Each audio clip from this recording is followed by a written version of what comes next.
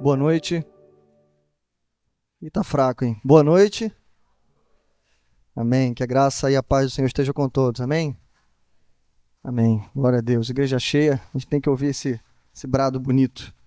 Eu já disse pela manhã, irmãos, é uma satisfação, um prazer estar retornando à igreja após o período de férias. De manhã a gente estava tão empolgado que derrubei até o copo aqui, né? Lavamos o púlpito, mas Deus sabe todas as coisas. Espero que hoje já estou mais acostumado, acho que eu não vou fazer isso não. Eu queria te convidar a abrirmos o texto que está no livro de Atos, capítulo 4. A gente vai ler todo o texto que vamos expor agora. Vai do verso 1 ao verso 22. É pouca coisa, dá para a gente ler rapidinho, então seguimos a exposição.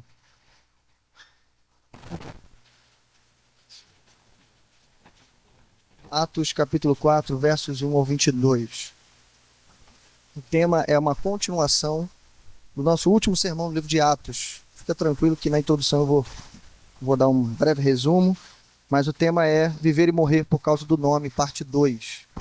Tá, então a gente viu a parte 1 no último domingo, que nem lembro qual foi, mas sei que foi em janeiro. Mas a gente vai relembrar isso aí, rapidinho. Vamos ler o texto? Atos capítulo 4, versos 1 ao 22. Diz assim: Então Pedro e João falavam ao povo. Chegaram os sacerdotes, ou melhor, enquanto Pedro e João falavam ao povo, chegaram os sacerdotes, o capitão da guarda do templo e os saduceus. Eles estavam muito perturbados, porque os apóstolos estavam ensinando o povo e proclamando em Jesus a ressurreição dos mortos. Agarraram Pedro e João e, como já estava anoitecendo, os colocaram na prisão até o dia seguinte. Mas muitos dos que tinham ouvido a mensagem creram, chegando o número dos homens que creram perto de 5.000. No dia seguinte, as autoridades, os líderes religiosos e os mestres da lei reuniram-se em Jerusalém. Estavam ali Anás, o sumo sacerdote, bem como Caifás, João, Alexandre e todos os que eram da família do sumo sacerdote. Mandaram trazer Pedro e João diante deles e começaram a interrogá-los.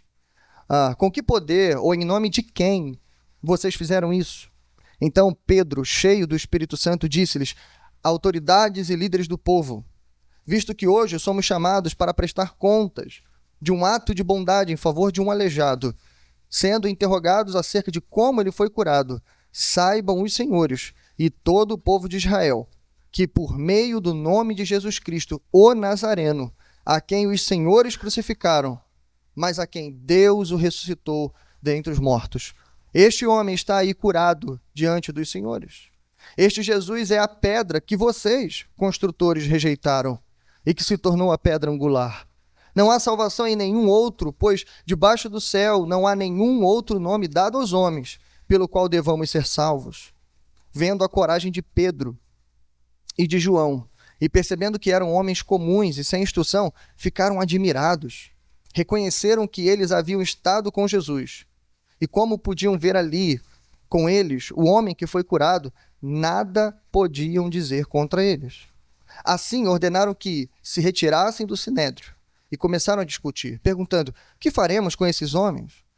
Todos os que moram em Jerusalém sabem que eles realizaram um milagre notório, que não podemos negar.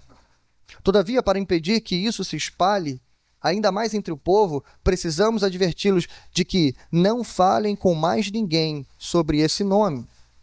Então, chamando-os novamente, ordenaram-lhes que não falassem nem ensinassem em nome de Jesus. Mas Pedro e João responderam: julguem os senhores mesmos, se é justo aos olhos de Deus obedecer aos senhores e não a Deus, pois não podemos deixar de falar do que vimos e ouvimos. Depois de mais ameaças, eles os deixaram ir. Não tinham como castigá-los, porque todo o povo estava louvando a Deus pelo que acontecera, pois o homem que fora curado milagrosamente tinha mais de 40 anos de idade. Amém? Esse é o nosso texto. Vamos orar mais uma vez ao Senhor, pedindo a sua misericórdia. Pai nosso que estás nos céus, bendito e exaltado, Senhor, é o teu nome. Glorificamos a Ti, Senhor, por esse culto maravilhoso, pela oportunidade que o Senhor concede a cada um dos meus irmãos. Ah, Senhor, saímos de nossas casas hoje e viemos a este simples lugar com pelo menos uma coisa em mente, e isso todos nós concordamos. Queremos ouvir a Tua voz, Senhor. Não queremos sair daqui, Senhor, da mesma forma que entramos. Seja qual for, Senhor, a nossa situação ou o momento que estejamos enfrentando, nós precisamos ouvir a voz do Consolador. Então fala conosco, Senhor, nessa noite. Ao passo em que o Senhor edifica a sua igreja, o Senhor glorifica o seu nome. Usa-nos para isso, Senhor. Em nome de Jesus oramos. Amém. Graças a Deus. Então deixe-me inicialmente situá-los no tempo e no espaço. No capítulo 3 de Atos, o capítulo anterior, a gente viu esse milagre que ainda está sendo comentado até aqui, inclusive vai gerar todo esse julgamento, interrogatório, etc. Foi o milagre daquele paralítico junto à porta, no capítulo 3. Aquele milagre extraordinário que os irmãos lembram, quando Pedro e João chegam à porta do templo, está ali o paralítico, ele pede esmola, Pedro vira para ele e fala, olha, não temos prata nem ouro, mas o que temos, isso te dou. Em nome de Jesus, o Nazareno levanta e anda. E aquele milagre, irmãos, ele foi tão extraordinário, porque o texto que nós lemos mostra a realidade dos fatos. Aquele homem tinha 40 anos já nessa situação. Talvez 40 anos fosse a sua própria idade. Um aleijado de nascença que todos os anos, todos os dias, era colocado à porta do templo para pedir esmolas. Só que agora, aquele homem que vivia anos, décadas naquela situação, está correndo, pulando, dizendo que foi curado. E o povo está comentando, as pessoas estão ouvindo. Isso vai gerar um grande alvoroço no meio do povo. Porque quando o povo descobre que foram aqueles dois homens que oraram ou declararam uma palavra e aquele homem foi curado, eles se viram para Pedro e João, como quem pudesse buscar algum milagre, alguma coisa. Isso vai justificar a pregação de Pedro no capítulo 3.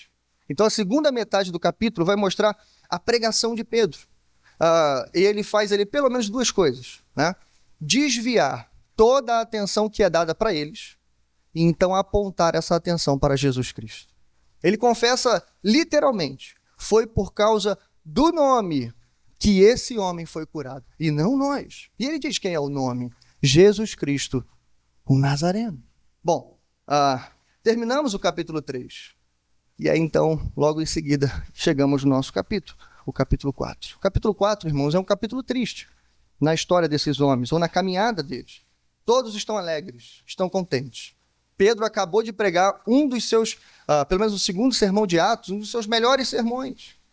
E qual é a conclusão disso? A gente vai ver pelo menos duas coisas. Primeiro, eles são presos. E depois o texto diz que uma multidão se converte ao Senhor. Bom, é por isso que o nosso tema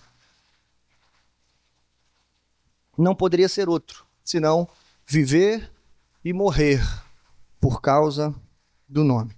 Antes da gente entrar, eu só quero pensar rapidamente numa frase atribuída ao pastor batista Martin Luther King Jr., uma espécie de paladino dos direitos civis dos negros americanos ali, tanto em 64 quanto em 65, quando ele conquista, depois de muita luta, muita guerra, enfim, muita batalha, tanto os direitos civis em 64 quanto os direitos eleitorais em 65. Deixo uma nota triste, pena que temos tão pouco sobre o pastor Martin Luther King Jr. Temos poucos documentários, temos poucos filmes sobre ele, mas com certeza é um homem que merece ser estudado, né, e aprofundado um pouco mais. E um orgulho por ele ter sido um pastor batista. Bom, a frase atribuída a ele, dizem que a frase é um pouquinho diferente disso, né, mas a frase conhecida é essa, né? Se você ainda não achou uma causa pela qual vale a pena morrer, você ainda não achou a razão de viver. É uma frase simples, talvez você já tenha ouvido isso. Essa frase é atribuída a esse homem, que também pagou com a sua vida por causa das causas que defendia. Ele foi assassinado um tempo depois de dizer isso aqui. Bom, a grande lição que vamos aprender hoje é que viver e morrer por causa do nome trará resultados opostos. Almas libertas, pregadores presos. Mas quem vive e morre por causa do nome não se importa com a perseguição. Afinal, ele não pode deixar de falar do que viu e ouviu. Bom, o nosso texto vai ser dividido nas etapas desse grande julgamento, né? São 4 etapas. A gente tem a prisão, o próprio interrogatório, depois uma deliberação e, por último, uma sentença. No final, eu vou falar de um outro homem, rapidamente, brevemente, sobre a biografia de um outro personagem. Bom, primeiro, a prisão. Me acompanha a partir do verso 1 ao verso 4. Bom, o texto nos diz que os sacerdotes se reúnem. O sacerdote, o capitão da guarda do templo, que também era um sacerdote, tá, para quem não sabe, e os saduceus. Eles estão perturbados. Por que não estariam? Por exemplo, os saduceus eram um partido religioso da época que negava a ressurreição dos mortos. Então, por que não estar perturbado aqui? Pelo menos teologicamente, os apóstolos estão defendendo algo totalmente outro daquilo que eles mesmos pregavam. Só que o ponto, irmãos, e você vai ver, não é só que os apóstolos estão pregando a ressurreição dos mortos, não é só isso. Eles não estão apenas dizendo em praça pública ou diante das pessoas, olha, Jesus ressuscitou dos mortos. Não é só isso, irmãos. Eles estão dizendo, Jesus ressuscitou dos mortos. E o nome dele está curando hoje aqui. Isso que é o problema. É isso que está causando alvoroço. E aí, por vários motivos políticos, motivos até de controle também das massas, eles estão perturbados, estão preocupados. Bom, eu disse para você, junto com a nota da prisão, que vem do verso 1 até o verso 3, a gente tem uma nota de alegria. Pena que essa nota de alegria, depois que eles são presos, o autor diz, Lucas diz, muitos dos que tinham ouvido a mensagem creram, chegando ao número de homens perto de 5.000. É interessante, irmãos, por quê? Porque quando Pedro acaba de pregar o sermão, depois de curar o paralítico, eles logo são presos. Eu quero chamar sua atenção inicialmente para isso. Nesse momento, nem Pedro e nem João sabem que 5.000 pessoas se converteram. Nesse momento, eles estão vendo o alvoroço. Com certeza conseguem visualizar. É possível que tenha gente ali chorando, gente já se convertendo. Mas nesse momento, eles são agarrados e levados para a prisão. O que eu quero com isso, inicialmente, dizer? E eu já quero dizer aqui para o seu coração algo que eu acho muito importante. É que o sofrimento da igreja faz parte da missão. Talvez isso é uma coisa que você saiba. Talvez isso é uma coisa que você já tenha até experimentado. Mas isso precisa ser realidade para a gente. Quem vive e morre por causa do nome, quem está disposto a levantar essa bandeira e trazer Cristo Jesus para a sua própria realidade, e pregar e viver a vida para Cristo, precisa entender que sofrimento não é a parte da missão, mas faz parte da missão. Perceba que antes dessa nota alegre, vem a nota triste. Antes de saber dos convertidos, primeiro eles são presos. E, em muitas vezes, Deus vai salvar através do nosso sofrimento. Bom, Paulo vai escrever algo muito importante, que ele escreve em 2 Timóteo 3,12, dizendo, de fato, todos os que desejam viver piedosamente em Cristo serão perseguidos. Irmãos, esse verso, ele é importante, mas ele é preocupante. Eu vou repetir para você. De fato, todos os que desejam viver piedosamente em Cristo Jesus serão perseguidos.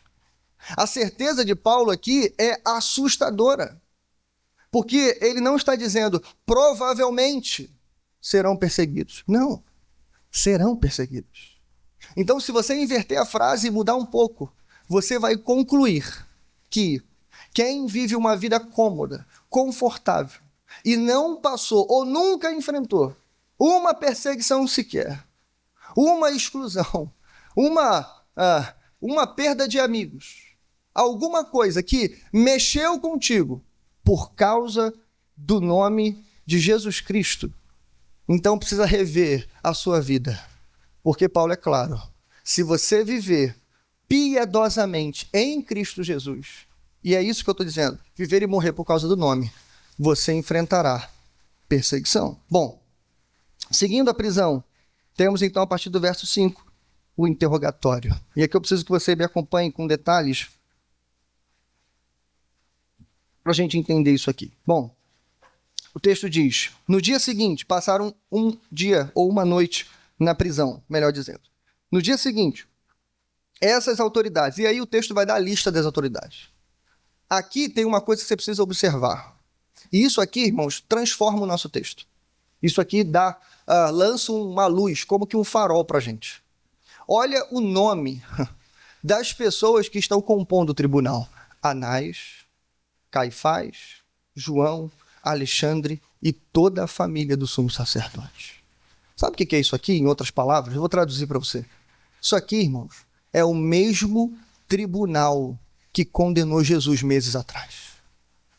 É o mesmo tribunal. E, assustadoramente, a gente passou aqui talvez 1 mês e meio ou no máximo 2 meses. A gente não sabe muito bem a data, mas o ponto é, meses se passaram. O coração desses homens continua endurecido. Eles continuam cegos. E nem tão pouco para pensar ou refletir, mas será que a decisão lá atrás foi correta? Se é verdade que esse homem está andando aí e ele foi curado nesse nome, será que não é verdade que esse nome funciona? E se esse nome funciona, será que ele não ressuscitou dentre os mortos?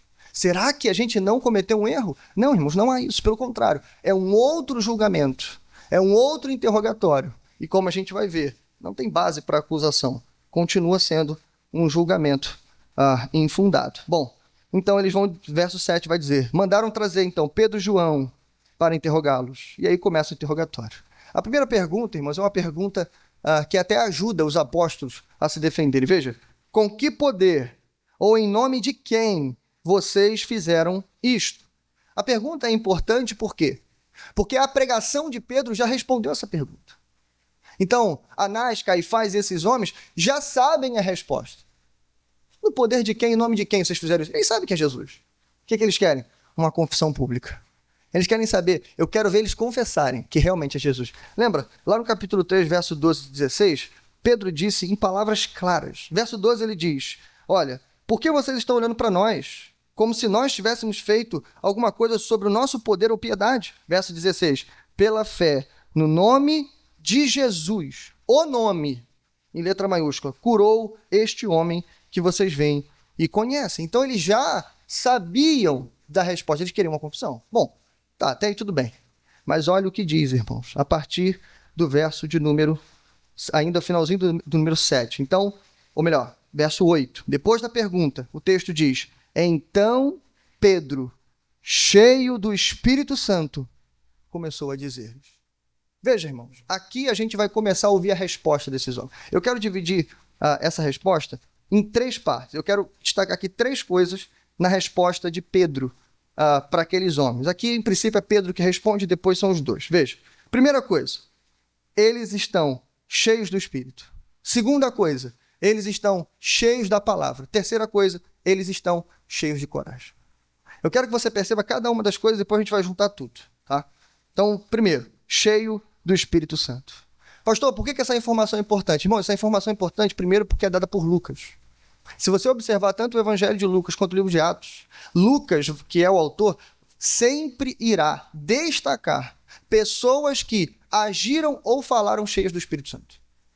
Porque quando Lucas diz que alguém está agindo ou falando pelo Espírito Santo, primeiro, ela não está agindo e falando por si próprio. Aqui não é revanchismo, aqui não é ira pessoal, aqui não é vingança pessoal, não. Pedro não está revoltado, talvez até estivesse interiormente, porque aqueles homens mataram Cristo. Não. Pedro não está chateado, talvez até estivesse interiormente, porque é o mesmo tribunal que condenou Jesus. Aqui Pedro está falando em nome do Senhor. Esse é o ponto. Por isso ele coloca a nota, cheio do Espírito. Calma, tem mais coisa. Bom, e aí ele vai começar a falar. Verso de número 8. Autoridades e líderes do povo, visto que hoje somos chamados para prestar contas de um ato de bondade em favor de um aleijado, sendo interrogado acerca de como ele foi curado, saibam os senhores e todo o povo de Israel que, por meio do nome de Jesus Cristo, o Nazareno, Primeira coisa que Pedro vai fazer aqui, irmãos, é dar a placa do carro. Pedro vai dizer em palavras claras de quem nós estamos falando. Jesus Cristo, o Nazareno. Ele ainda coloca a cidade de Jesus, ou o nome que identificava Jesus, para ficar claro. Era assim que Jesus era conhecido, inclusive pelas autoridades. Jesus, o Nazareno. Bom, mas olha o que ele diz em seguida. Ele vai dizer, Jesus Cristo Nazareno, a quem os senhores crucificaram, mas quem Deus ressuscitou dos mortos. Este homem está aí curado diante dos senhores. Eu não sei se você conseguiu entender aqui o golpe que Pedro está dando nesses homens. Por isso, irmãos, a palavra cheia do Espírito, você tem que guardar isso aí. Porque você chegar diante de um tribunal, é o mesmo tribunal que matou Jesus. Qualquer coisa podia acontecer ali. O mínimo que poderia acontecer é, vocês também estão condenados. Vocês serão mortos por heresia. Vão sofrer e vão ser crucificados. Isso também poderia acontecer aqui. Mas Pedro vai, em primeiro lugar, irmãos, ele não vai desviar o assunto. Pedro vai ser direto. Ei, o nome é o nome de Jesus. E quem é esse Jesus? Só para lembrar, é o homem que vocês mataram. Só que, eu disse isso no início, Pedro não está só proclamando, irmãos, a ressurreição de Jesus. Olha só, Pedro coloca numa única frase aquelas autoridades no lado oposto de Deus. Vocês crucificaram, mas Deus o ressuscitou dentre os mortos. Significa dizer que o que vocês fizeram foi um pecado terrível.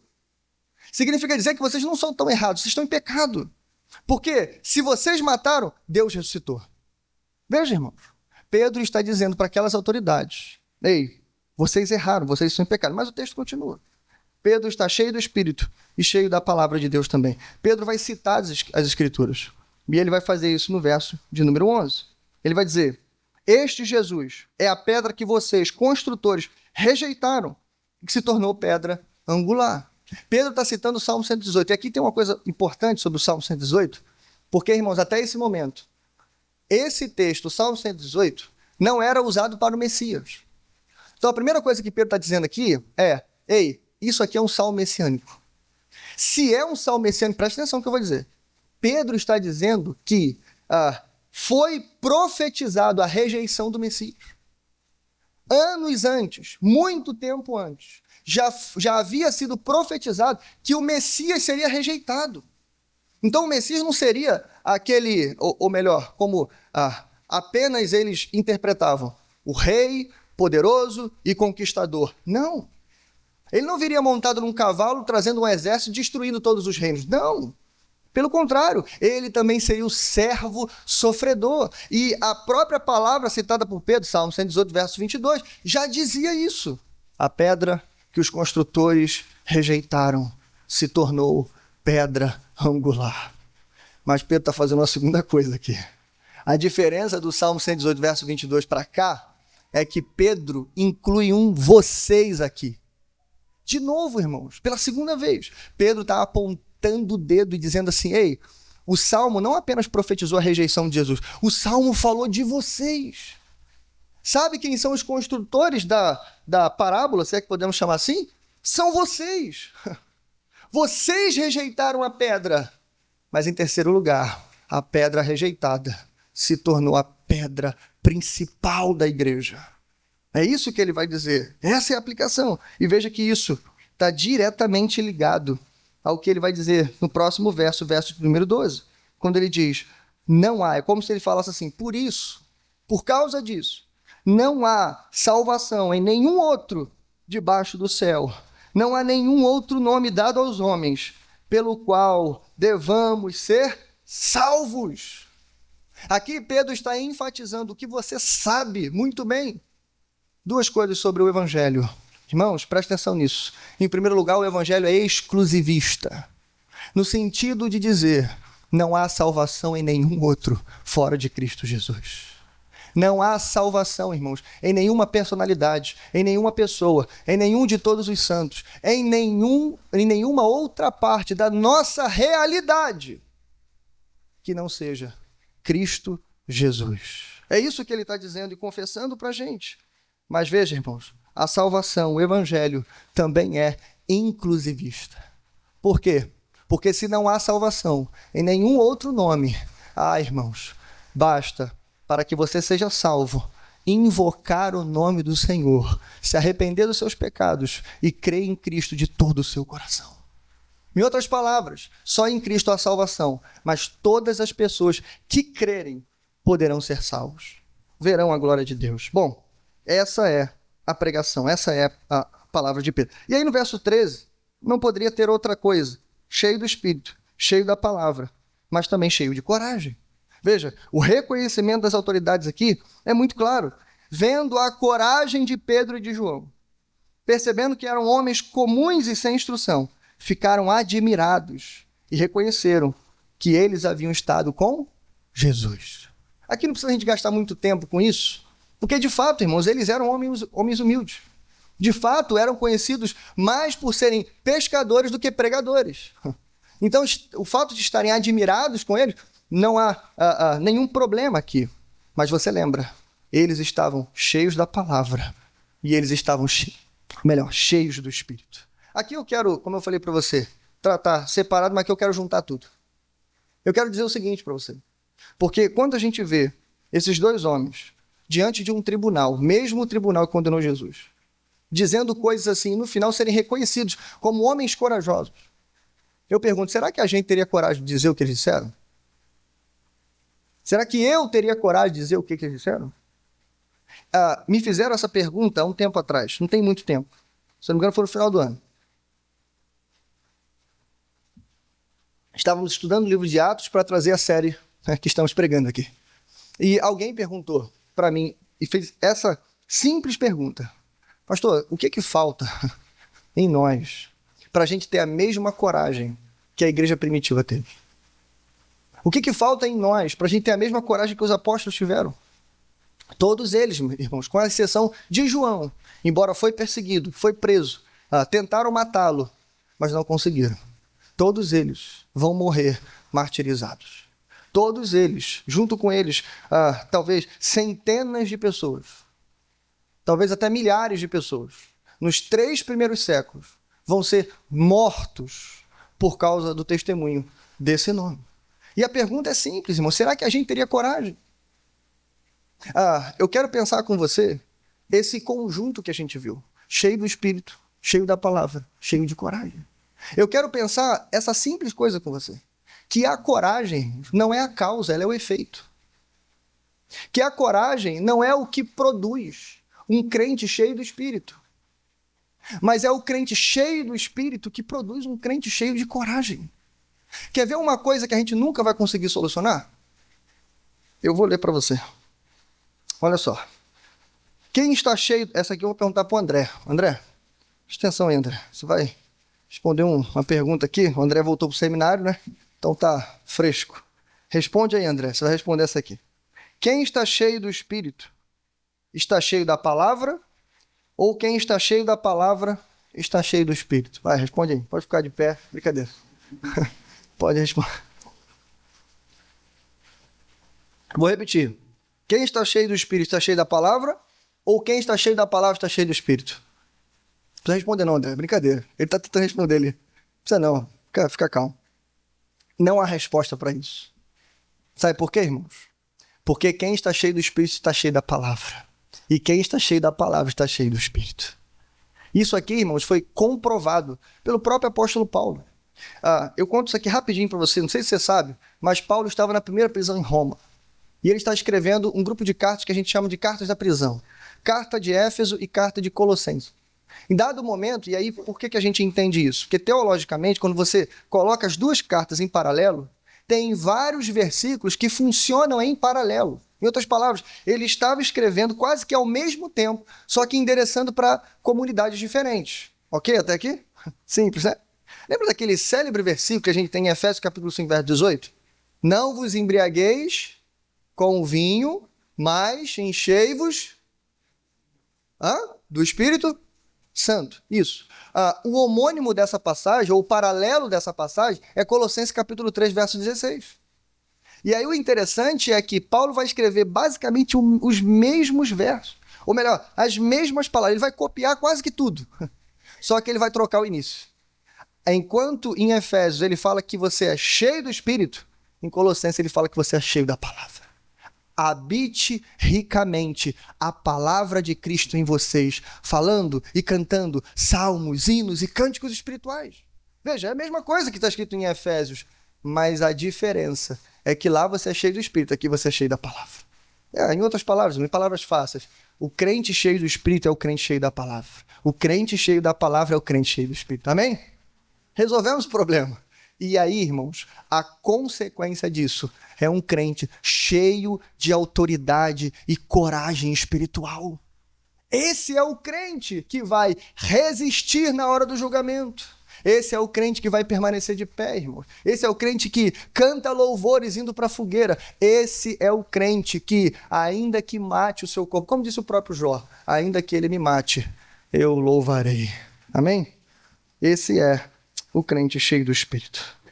Bom, terceiro lugar, terceiro ato dessa série, né, nesse julgamento, é deliberação, versos 15 ao 17. O texto diz, assim ordenaram que retirasse do sinédrio e começaram então a discutir. A pergunta é, que faremos com esses homens? Todos os que moram em Jerusalém sabem que eles realizam um milagre notório que não podemos negar. E aí a deliberação não poderia ser outra. Eles concluem dizendo, olha, precisamos adverti-los de que não falem mais com ninguém sobre esse homem. Mas antes de falar da sentença, deixa eu pegar essa frase, que isso aqui é muito importante. Olha só. Todos em Jerusalém sabem que eles realizaram um milagre notório que não podemos negar. Lembra, irmãos, eu disse, esse é o mesmo tribunal. Agora, meses depois, eles têm a oportunidade de ver o que na matemática a gente chama de prova real. Não é isso? A gente faz o cálculo, mas a gente tem a oportunidade de fazer uma prova real, um outro cálculo, que vai comprovar o primeiro cálculo. Agora, eles estão diante do milagre. Enzo até riu ali, ó. Enzo, é isso aí. Agora eles estão diante do milagre. Um homem de 40 anos aleijado ali, na porta do templo, está andando, gritando e cantando. Foi em nome de Jesus que eu fui curado. Irmãos, o milagre está aqui. Qual é o meu ponto? Não dá para negar esse negócio. Aí, eu tenho uma nota endereçada para nós, para a igreja. É por isso, irmãos, que nós, a igreja, a gente nunca pode deixar de viver por causa desse nome. É por isso que a igreja nunca pode deixar de testemunhar esse nome. E é claro, aqui o nosso texto apresenta um grande milagre, mas não é só com o milagre que a gente testemunha Cristo. É também com as ações de misericórdia e também com a nossa pureza. Tem outras coisas, mas talvez essas três sejam as principais. Ações de misericórdia, grandes milagres e a nossa pureza. A igreja vai testemunhando sobre Cristo Jesus. Isso aqui é tão importante que Pedro vai retomar isso um tempo depois, anos depois. Quando Pedro escreve a sua primeira carta, Pedro vai falar sobre isso aqui. E lá a igreja já estava debaixo de perseguição, ou melhor, perseguição um pouco mais intensificada. E ele vai dizer duas vezes, capítulo 2, verso 12. Vivam entre os pagãos de maneira exemplar, para que, naquilo que eles os acusam de praticar o mal, observem as boas obras que vocês pratiquem e glorifiquem a Deus no dia da intervenção. Capítulo 3, verso 16. Contudo, façam isso com mansidão e respeito, conservando boa consciência, de forma que os que falam maldosamente contra o bom procedimento de vocês, porque estão em Cristo, fiquem envergonhados de suas calúnias. Qual é o meu ponto aqui? Aqueles homens estão colocando os apóstolos no paredão de fuzilamento. Estão interrogando eles, talvez com pensamentos até de condená-los. Eles podem fazer o que quiser com os apóstolos, mas eles não podem negar o poder do nome de Jesus. Eles não podem negar o que eles estão vendo. Então o ponto é esse, irmãos. 2000 anos se passaram. Eles podem criticar a igreja. Eles podem criticar vocês. Eles podem apontar o dedo. Todo pastor é ladrão. Eu ouço isso mais de uma vez por semana, ok. Eles podem falar isso quando quiserem, mas se nós conservarmos boa consciência e continuarmos a pregar o evangelho com simplicidade, um passo de cada vez, uma ovelha de cada vez, né? Aquele trabalho de formiguinha, nós vamos testemunhar Cristo Jesus para o mundo. Ainda que seja devagar, mas eles vão poder nos acusar, mas ficarão envergonhados por causa da nossa pureza. Bom, em último lugar, nós temos então a sentença. A sentença é declarada, e eu já disse, o texto repete dizendo, olha, chamaram-nos novamente e disseram, ordenaram-lhes, melhor dizendo, né? Ordenaram-lhes que não falassem nem ensinassem em nome de Jesus. Irmãos, a sentença é muito clara, né? Olha, vocês podem fazer o que vocês quiserem depois daqui. Vocês podem até pregar no que vocês quiserem. Pode pregar sobre Abraão, sobre Davi, pode pregar o que vocês quiserem. Façam o que vocês quiserem. Pode falar até da ressurreição. Talvez alguém disse isso, né? Mas só não pode falar de Jesus. Veja, irmãos, essa é a sentença. Eu não sei se essa sentença parece grave para você. E eu arrisco dizer que essa sentença não seria tão grave para muitos pastores evangélicos do nosso país. Que eles não pregam sobre Cristo, irmãos. Você vai em igrejas, você assiste cultos, você baixa a pregação na internet e assiste. Fala-se de tudo, de roupa, de futebol. As pessoas saem alegres, felizes, rindo. Fala sobre como a gente pode se sentir melhor fazendo isso ou aquilo, como a gente pode ser vitorioso, como a gente pode construir coisas, como a gente pode fazer nossa empresa crescer. Mas não se prega mais sobre Cristo Jesus. Essa palavra que Pedro deu aqui, não há outro nome debaixo do céu dado aos homens pelo qual devamos ser salvos. Então eu arrisco dizer que se essa sentença fosse dada hoje, muitos pastores ficariam tranquilos. Eles diriam, não, tudo bem, então segue a programação da igreja. Infelizmente, é isso que aconteceria. Bom, mas não aqui. Não aqui. A resposta uníssona dos apóstolos. E eu quero chamar a sua atenção para isso. Pedro falou até aqui. A partir daqui, não sei porquê, mas o texto está dizendo e a gente vai aceitar o texto como ele é. Lucas vai dizer, eles responderam. Sabe o que eu entendo com isso? Não é que João está caladinho, João tende a ser um pouco mais manso do que Pedro, ok.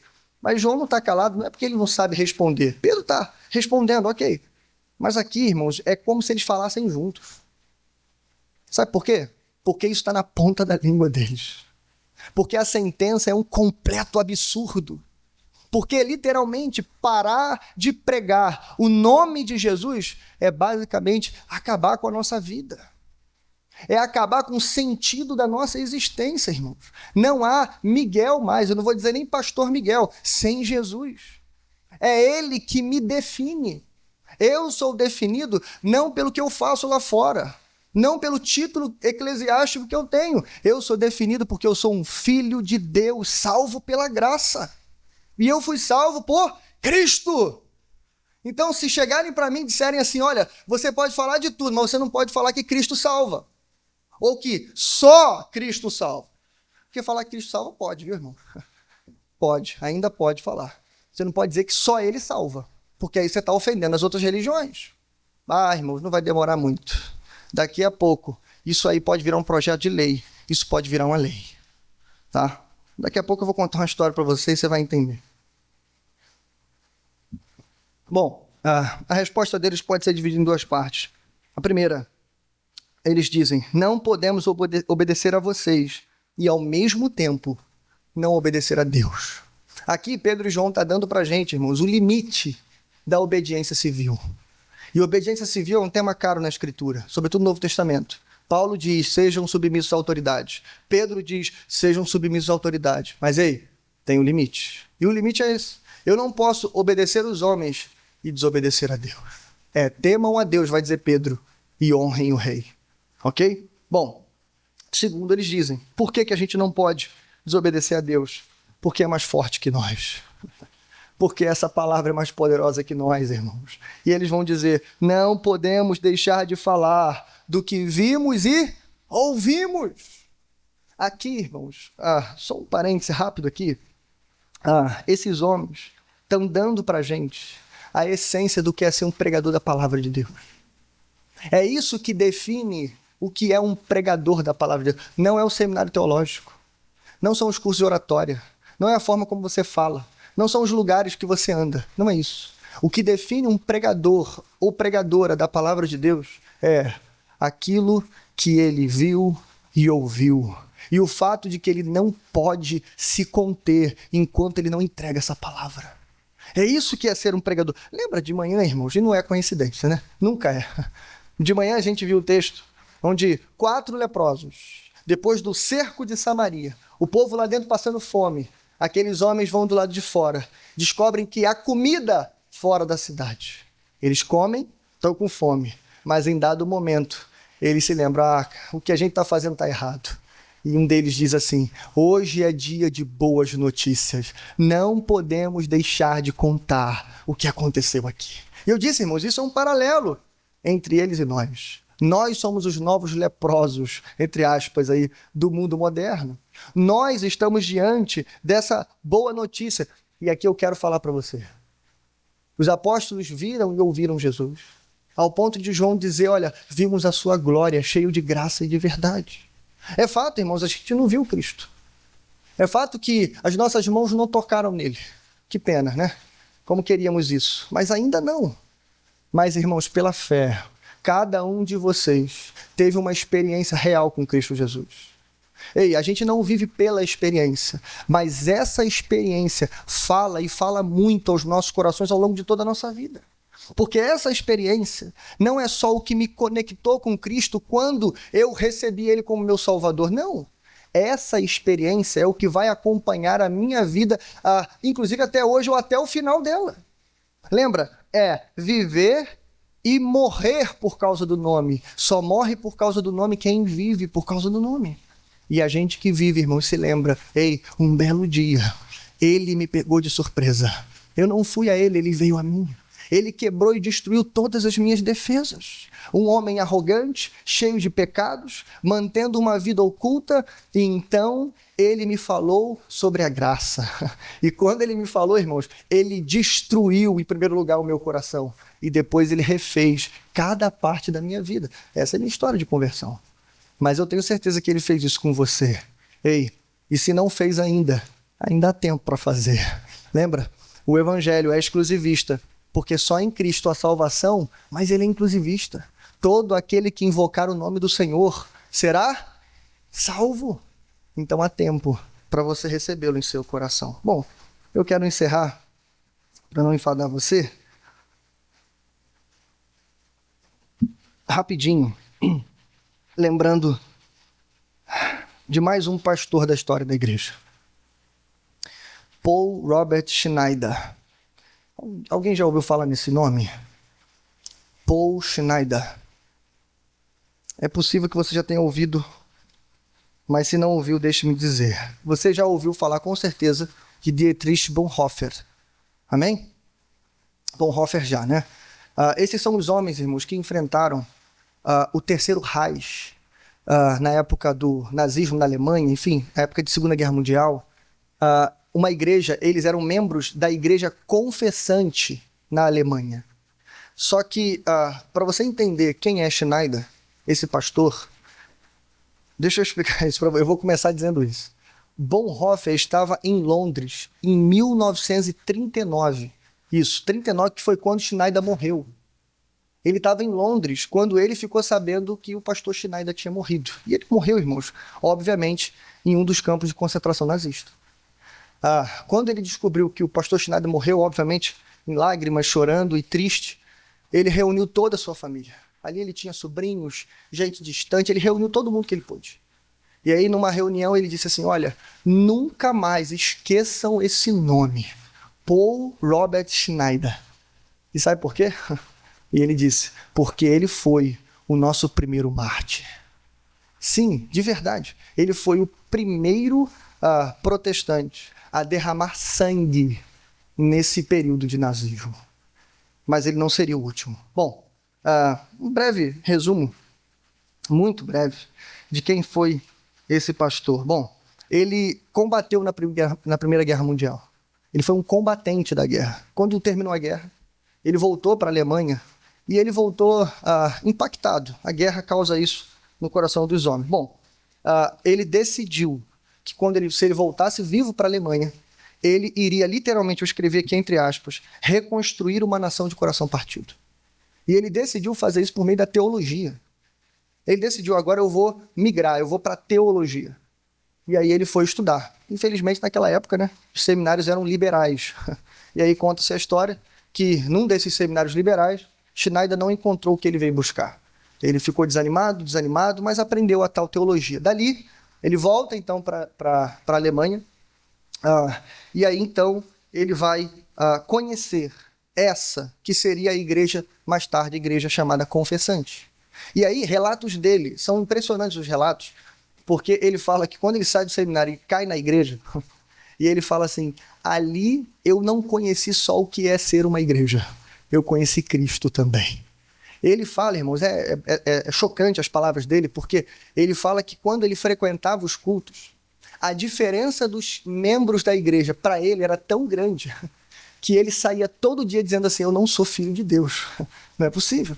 Ao ponto que, sabe o que ele fez? Ele entregou a sua vida novamente ao Senhor.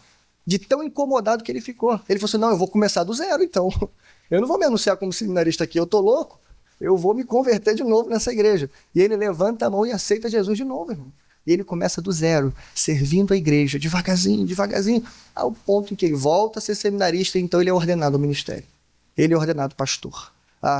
Um célebre pregador da palavra de Deus. Eu vou ler só um trechinho de uma pregação dele, porque as pessoas diziam isso. A pregação de Schneider era simples, mas ela tocava o coração. Olha só o que ele disse nessa pregação. Ele diz assim, abre aspas. Mas agora, isso no final da pregação, você é desafiado a confessar e testemunhar, querida igreja evangélica. Estamos ansiosos e com medo. Não vemos como o barquinho pobre e desprotegido da igreja possa ser preservado entre os poderes e as forças do mundo.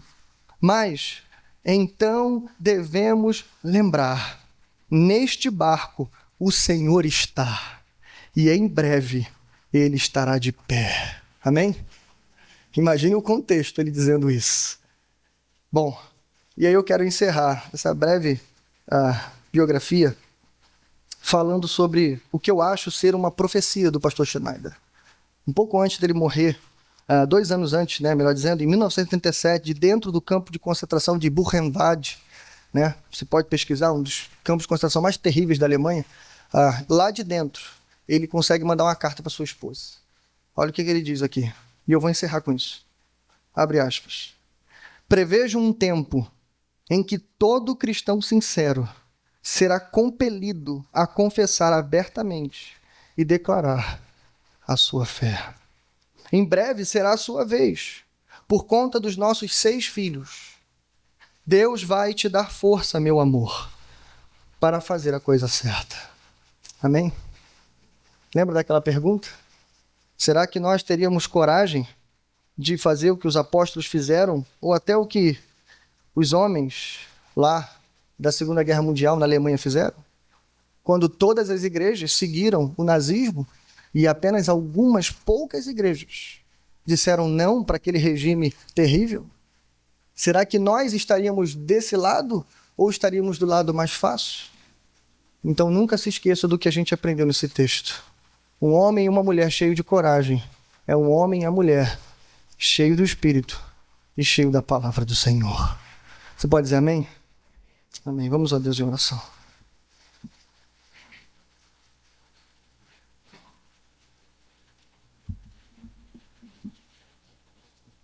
Pai nosso que estás nos céus, bendito e santificado, Senhor, é o teu nome. Senhor, como não se constranger diante de uma palavra como essa, Senhor, onde vemos 2 apóstolos testemunhando, vivendo, proclamando, dispostos a dar suas vidas por causa do nome do Senhor. Só entendeu pelo que se deve viver aquele que entendeu pelo que se deve morrer. Pai, coloca essa disposição em nossos corações. Que não sejamos como aqueles pastores que eu disse, que se fossem proibidos de pregar o nome de Jesus, não estariam desesperados. porque a verdade é que eles não pregam no nome de Jesus. Mas que a todos nós que estamos aqui, que haja, Senhor, um compromisso crescente e que possa queimar os nossos corações. Um incômodo, Senhor, que queime dentro de nós. Como esse pastor que lemos agora, que quando chegava na igreja dizia: tem alguma coisa errada comigo e não com a igreja. A distância é muito grande, talvez eu não seja um filho de Deus. Mas que, Senhor, assumamos um compromisso de viver, Senhor, até a morte pelo teu nome. E se essa profecia aqui, se é que é uma profecia, se ela se cumprir um dia, Senhor, se chegar um tempo em que todo cristão sincero tiver que dar conta publicamente sobre o teu nome, Senhor. Pai, que a gente não faça conta da nossa própria vida. Que não haja sentido em nós, se for a parte do teu nome. Mas que a nossa vida, Senhor, seja um compromisso diário e, quiçá, mortal, por causa do teu nome. Nos ajuda, Senhor. O segredo para isso vimos é ser homens e mulheres cheios do Espírito Santo. E sabemos qual é o segredo. Ter uma vida, Senhor, constante, dedicada à tua palavra. Porque o homem cheio da palavra é o homem cheio do Espírito, e o homem cheio do Espírito é o homem cheio da palavra. Então, por favor, Senhor, nos ajuda a caminharmos em nossa devoção diária de forma constante. Que esse ano seja um ano, Senhor, de frutos poderosos. Que esse ano, Senhor, se houver, ou se nos apresentar qualquer tipo de perseguição, ou desafio, ou sofrimento, ou tormento, mas que ele seja paralelo ao crescimento da igreja. E eu quero dizer, Senhor, não só crescimento numérico, mas crescimento espiritual. Que a nossa igreja cresça, Senhor, abundantemente. Nem que para isso a gente tenha que sofrer, mas que se tivermos que sofrer, que os nossos sofrimentos, Senhor, também possam curar. Nós oramos e pedimos, Senhor, fica conosco, em nome poderoso e maravilhoso de Jesus Cristo. Amém e amém. Graças a Deus.